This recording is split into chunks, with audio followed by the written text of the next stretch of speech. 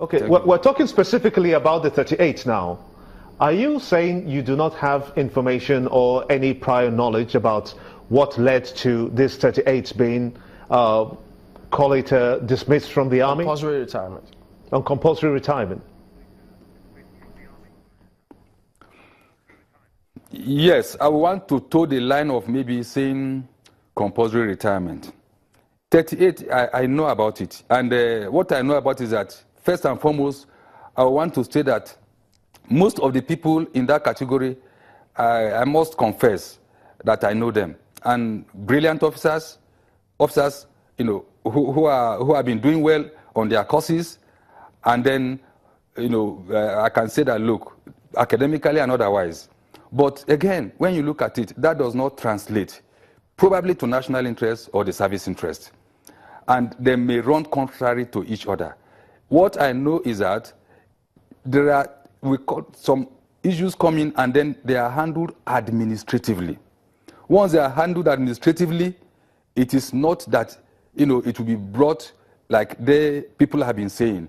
They have to be court-martialed, they have to be tried.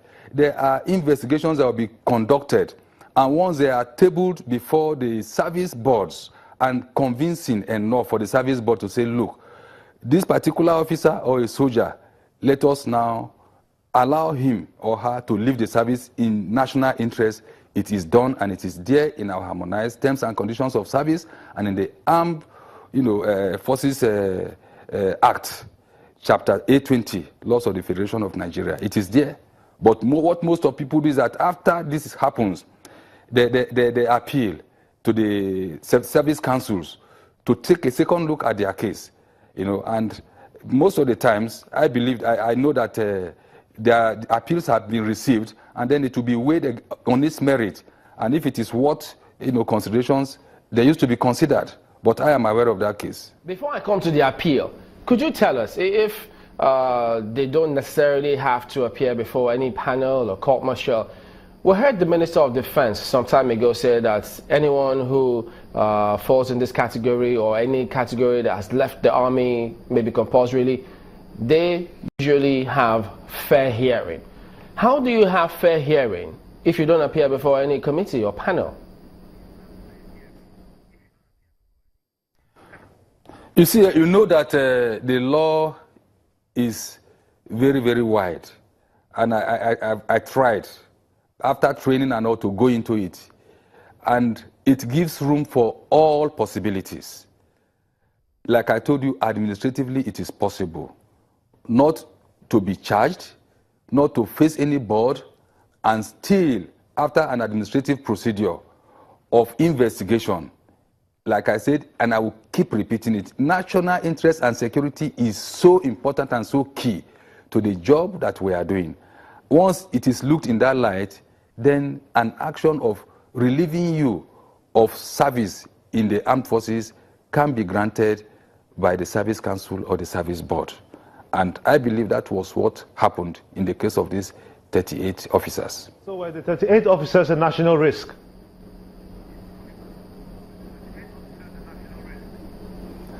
I will not say, because I didn't get a copy of the investigation, but all that was announced and was, you know, that came up to the limelight is that, yes, parleying with probably politicians like the case of Ekiti, amongst others, arms deal and all, that was what happened. But Major General, some of them appeared as witnesses. Some lawyers have told us that. Others appeared in the panel for arms procurement, some for elections, while others were outside the country when all of those happened. So how does national security work? Does it that some appear, some don't have to appear, and then they all get dismissed? I mean, compulsorily retired. You see, when you talk about national security, there are times that, you lose time in taking some actions, protecting the security of the nation. I mean, the consequences may be regrettable. Once such are noticed, it will be in the best interest of the Service Council to take some decisions like, look, let us voluntarily disengage this particular serviceman or woman. And that is what I told you about, that in-service interest overrides every other interest, and above that, national interest and then national security. Major General, let me ask you this. I mean, there are those, a school of thought that believes that some of those who were lumped in that 38 were dismissed, compulsorily retired, I beg your pardon, because they were loyal to the previous governments owing to the elections that transpired. Then there's another group that say, speaking about the appeal now, they say there's an example. Major General Amadou Mohammed, who was accused by Amnesty International in 2014 of the extrajudicial killing of 642 people in Maiduguri. And then he waited, after being retired in December 2014, there was appeal. He missed the mandatory 30 days.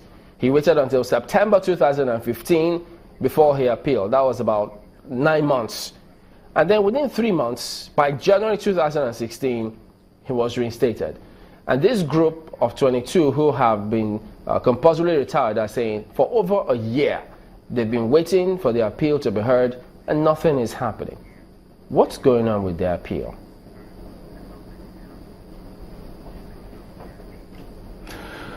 Okay, let me start from the illustration you made towards the tail end of your explanation. Appeal for capital punishments like dismissal for murder is supposed to be within 10 days. Then every other appeal is supposed to be within 30 days. But if you go to section 154 of our Cap A20 Armed Forces Law of the Federation of Nigeria, it can even be at any time. If they go to from sections 151 to 154, read it in detail. There is room for appeal at any point in time. So for that of Major General A. Mohammed, for me, and going by the books, it is correct. And for them also, for over 1 year, if they have appealed, it is not late.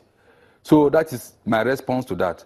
And when an appeal is made, it is not that it goes expressly to the Commander-in-Chief President. No. It has to go to the service headquarters, because the Commander-in-Chief will not look at the appeal in isolation. There must be a reason at the first instance why the person was retired, either voluntarily or compulsorily. And that is why it takes such a time. And you know that it's a very sensitive issue, because if a wrong precedent is set, then it has to continue. Now let me go back a little to that of Major General A. Mohammed. He was a GOC, 7th Division, and there was a case of mutiny against him to even assassinate him.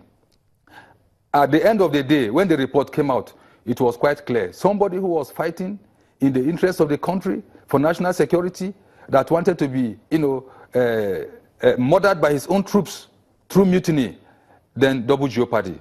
And for us, double jeopardy is not allowed in the military. In short, from the National Defense Academy, where we were trained, we talk about double jeopardy, and then we talk about actus rea and mens rea.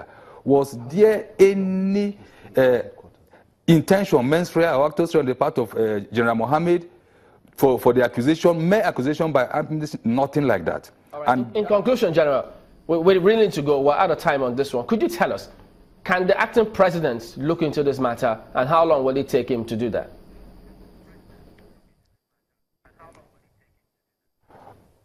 Yes, it's the acting president, and from all indications we have heard that the president and commander-in-chief transmitted power to him in all totality.